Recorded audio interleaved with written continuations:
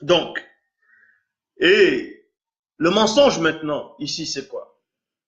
C'est que on dessine l'Afrique, on met l'Afrique, c'est tout petit. On dit le plus grand pays, c'est, d'autres vont dire que c'est la Russie, que la Russie est plus grand que tout le reste.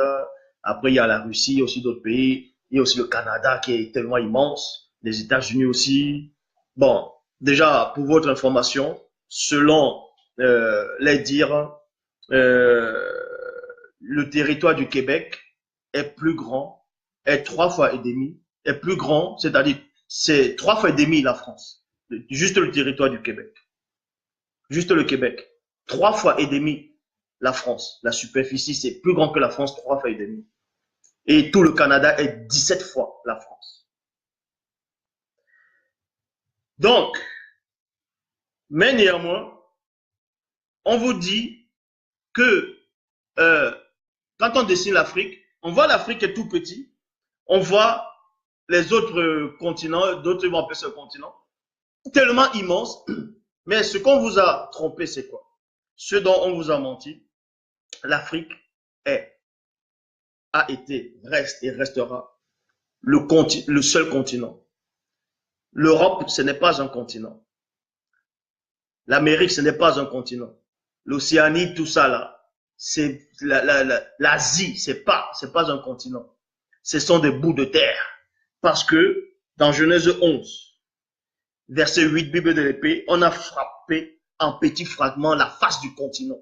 Ça veut dire les petits fragments du continent sont allés à gauche et à droite un peu partout.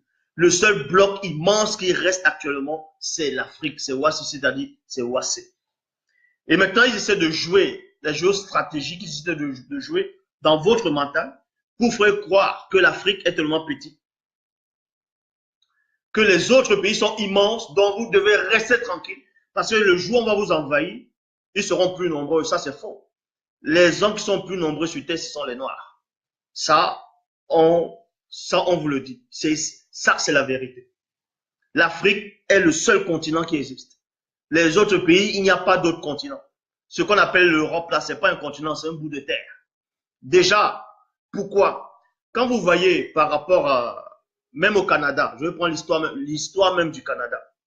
Le Canada, pour ceux qui ne savent pas, comment on appelle le Canada? Comment on appelait Canada? Le mot Canada, c'est quoi?